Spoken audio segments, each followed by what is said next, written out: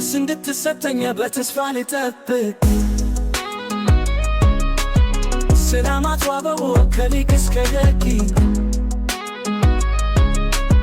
ማወቅ ስለምሻ ከጨዋ እስከ ልሂቅ በኔ ሞታቸው ተኛ ከምስጢሩ ረቂቅ እንዴት ነው ሰማይ ቤት የመላእክቱ አገር የነኪሩ ጤና ይስጥልን የሁለገብ ሐሳቦች ቤተሰቦች እንደምን አላችሁ? እንደተለመደው በሰፊ ዜና ትንተና ተገናኝተናል። አብራችሁን ቆዩ። የዓለም አዲስ የኃይል ሚዛን ፍለጋ ከመካከለኛው ምስራቅ የኒውክሌር ስጋት እስከ አፍሪካ ቀንድ የባህር በር ፖለቲካና የዩክሬን የውስጥ ቀውስ። የሚናወጠው የዓለም ስርዓት። ዓለማችን በአሁኑ ወቅት በአሮጌውና በአዲሱ የዓለም ስርዓት መካከል ባለ የሽግግር ወቅት ላይ ትገኛለች። ካለፉት 10 ዓመታት በተለየ መልኩ ቀደም ሲል የነበሩ ወጥ የፖለቲካ ጥምረቶች እየፈረሱና አዳዲስ ያልተጠበቁና ውስብስብ የሆኑ የጥቅም ትስስሮች እየተፈጠሩ ይገኛሉ። ከመካከለኛው ምስራቅ እስከ አፍሪካ ቀንድ፣ ከምስራቅ አውሮፓ እስከ ደቡብ ምስራቅ እስያ ድረስ ያለው የፖለቲካ ድባብ በአንድ በኩል ለሰላም የሚደረጉ የዲፕሎማሲ ጥረቶችን፣ በሌላ በኩል ደግሞ ለበላይነት የሚደረጉ የወታደራዊ ዝግጅቶችን አጣምሮ ይዟል።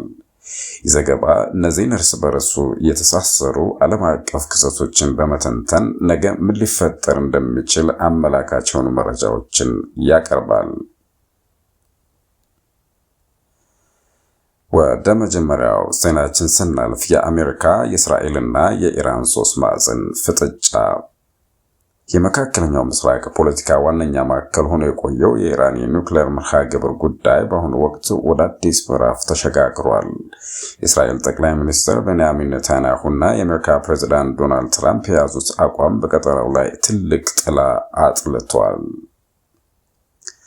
ኔታንያሁ በቅርቡ በሰጡት መግለጫ ከኢራን ጋር የሚደረግ ማንኛውም አይነት ስምምነት የሀገሪቱን የኒውክሌር መሰረተ ልማት ሙሉ በሙሉ ማፍረስን እንደ ቅድመ ሁኔታ ማካተት እንዳለበት አሳስበዋል። ኔታንያሁ ለትራምፕ በግልጽ እንደተናገሩት ኢራን በኒውክሌር የታጠቀች ሀገር እንድትሆን መፍቀድ ለእስራኤል የህልውና ስጋት ብቻ ሳይሆን ለመላው ዓለም አደገኛ ነው ብለዋል። የእስራኤል ወታደራዊ አዛዦችን በኢራን ስልታዊ ቦታዎች ላይ ጥቃት ለመሰንዘር ያላቸውን ዝግጁነት እያጠናከሩ መሆናቸውንም መረጃዎች ያመለክታሉ። በሌላ በኩል ዶናልድ ትራምፕ የኢራንን ኢኮኖሚ አንቆ በመያዝ የፖለቲካ ለውጥ ለማምጣት ያላቸውን ፍላጎት በድጋሚ እያሳዩ ነው። ትራምፕ በተለይ ኢራን ወደ ቻይና የምትልከውን የነዳጅ ዘይት ሽያጭ ለመገደብ አዲስ የከፍተኛ ጫና ወይም ስትራቴጂክ ፕሬሸር እየነደፉ ነው ተብሏል። የትራምፕ አስተዳደር ወደ ስልጣን ከመጣ ኢራን ወደ ቻይና የምትልከውን 90% የነዳጅ ምርት ለማስቆም የታሪፍ ቅጣቶችንና ማዕቀቦችን እንደሚጠቀም ሲናገር ቆይቶ ነበር። ይህ ደግሞ በቤጂንግ እና በዋሽንግተን መካከል ያለውን የንግድ ጦርነት የበለጠ ሊያፋፍመው ይችላል ተብሎ ይጠበቃል። ይሁን እንጂ ዲፕሎማሲው ሙሉ በሙሉ አልተዘጋም። በኦማን አገናኝነት በጄኔቫ የሚካሄደው ቀጥተኛ ያልሆነ የአሜሪካና የኢራን ንግግር ለቀጠናው ሰላም የመጨረሻ ተስፋ ተደርጎ ተወስዷል። የኢራኑ የውጭ ጉዳይ ሚኒስትር አባስ አራግቺ በጄኔቫ ተገኝተው ከዓለም አቀፉ የአቶሚክ ኤነርጂ ኤጀንሲ ኃላፊ ራፋኤል ግሮሲ ጋር መምከራቸው ቴሄራን የተወሰነ ዲፕሎማሲያዊ በር የመክፈት ፍላጎት እንዳላት ያሳያል። ኢራን ማዕቀቦች የሚነሱላት ከሆነ በዩራኒየም ማበልጸግ ረገድ የተወሰነ ቅናሽ ለማድረግ ፈቃደኛ መሆኗን ብትገልጽም ኔታንያሁ ግን ይህንን እንደ የጊዜ መግዣ ስልት ነው የሚመለከቱት ተብሏል። የቀይ ባህር ጂኦፖለቲካና የአፍሪካ ቀንድ አዲስ አሰላለፎች። የአፍሪካ ቀንድ ፖለቲካ ከአህጉራዊ ጉዳይነት አልፎ የዓለም አቀፍ ሀያላን ፍላጎት መሳሪያ ሆኗል። የቱርክ ፕሬዝዳንት ረሲፕ ጣይብ ኤርዶጋን ወደ አዲስ አበባና አቡዳቢ የሚያደርጉት ጉዞ የቀጠናውን የኃይል ሚዛን የሚፈታተን ሆኖ ተገኝቷል።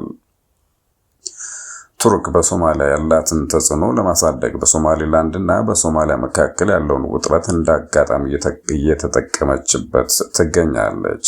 ኤርዶጋን በሶማሊያ አውዳል በተባለው ስልታዊ ቦታ ላይ ወታደራዊ የባህር ኃይል ካምፕ ለመገንባት ማቀዳቸው ተሰምቷል። ይህ እርምጃ በተለይ ኢትዮጵያ ከሶማሊላንድ ጋር የተፈራረመችውን የመግባቢያ ስምምነት ተከትሎ የመጣ በመሆኑ በቱርክና በኢትዮጵያ መካከል ያለውን ግንኙነት ወደ አዲስ ፈተና ሊከተው ይችላል። በሌላ በኩል የተባበሩት አረብ ኤሚሬቶችና ሳውዲ አረቢያ በቀጠናው ላይ ያላቸው የጥቅም ግጭት እየጎላ መጥቷል። የተባበሩት አረብ ኤሚሬቶች በሶማሌላንድ የበርበራ ወደብን በማልማትና ወታደራዊ ይዞታ በመፍጠር ረገድ ቀዳሚ ስትሆን፣ ሳውዲ አረቢያ ደግሞ የቀይ ባህርን ደህንነት ለመቆጣጠር የራሷን ጥምረት እየመሰረተች ነው።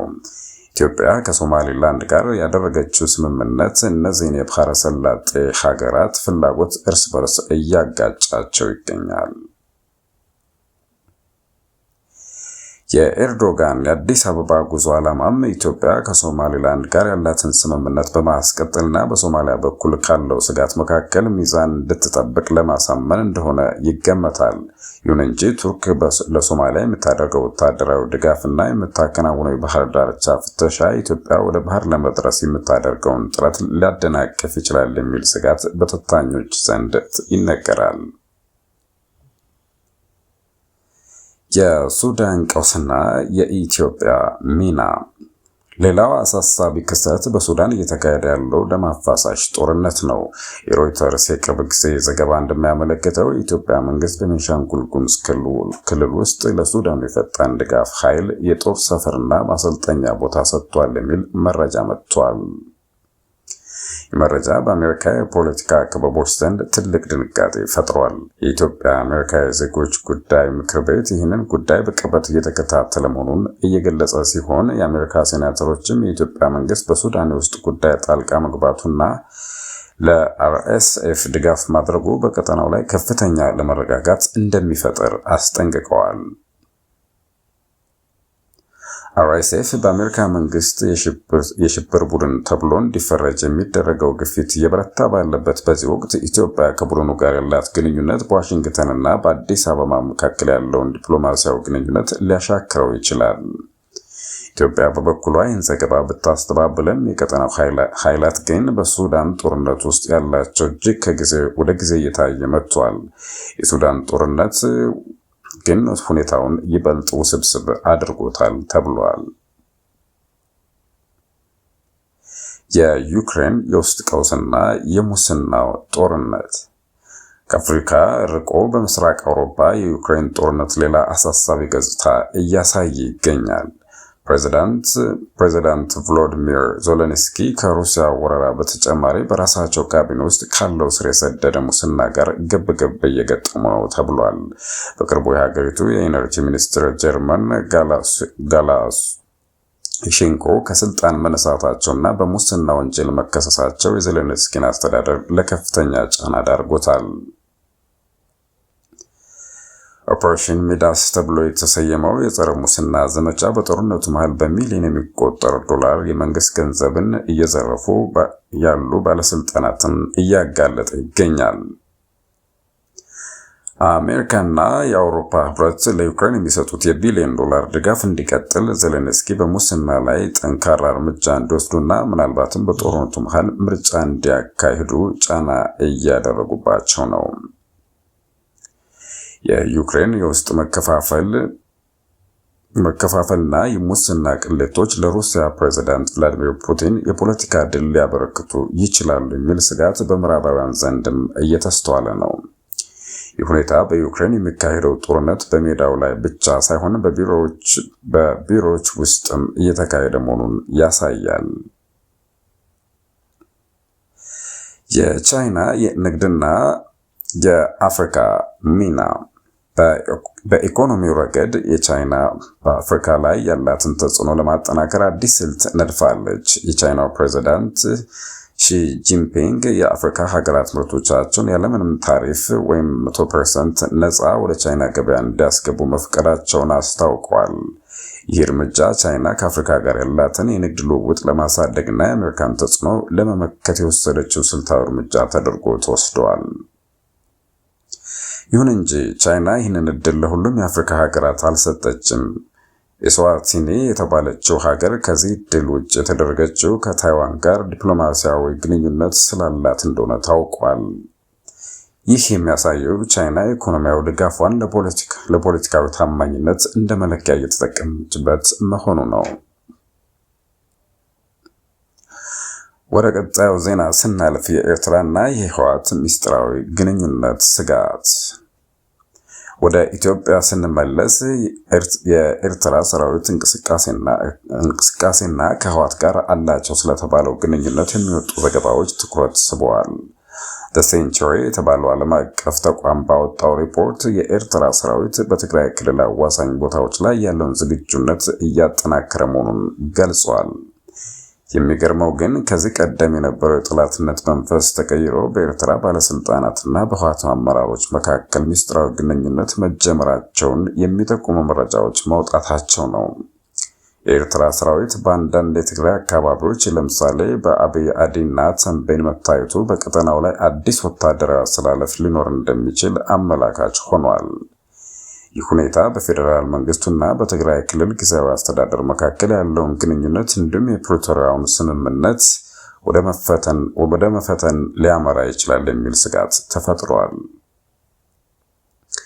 የወደፊቱ ተስፋና ስጋት። በአጠቃላይ ዓለማችን እርስ በርሱ የተሳሰረ የችግሮችና የእድሎች ድር ውስጥ ትገኛለች። የኢራን የኒውክሌር ጉዳይ መቋጫ አለማግኘቱ፣ የቀይ ባህር ፖለቲካ መፋፋም፣ የሱዳን ቀውስ መቀጠልና የዩክሬን የውስጡ ውጥረት ሁሉም ባንድ ላይ ተዳምረው ለዓለም ሰላም ፈታኝ ሆነዋል። ኢትዮጵያም በእነዚህ ውስብስብ ዓለም አቀፍና ቀጠናዊ ሽኩቻዎች መካከል ሉዓላዊነቷንና ብሔራዊ ጥቅሟን ለማስከበር ከፍተኛ የዲፕሎማሲያዊ ጥበብ የሚጠይቅ ወቅት ላይ ትገኛለች።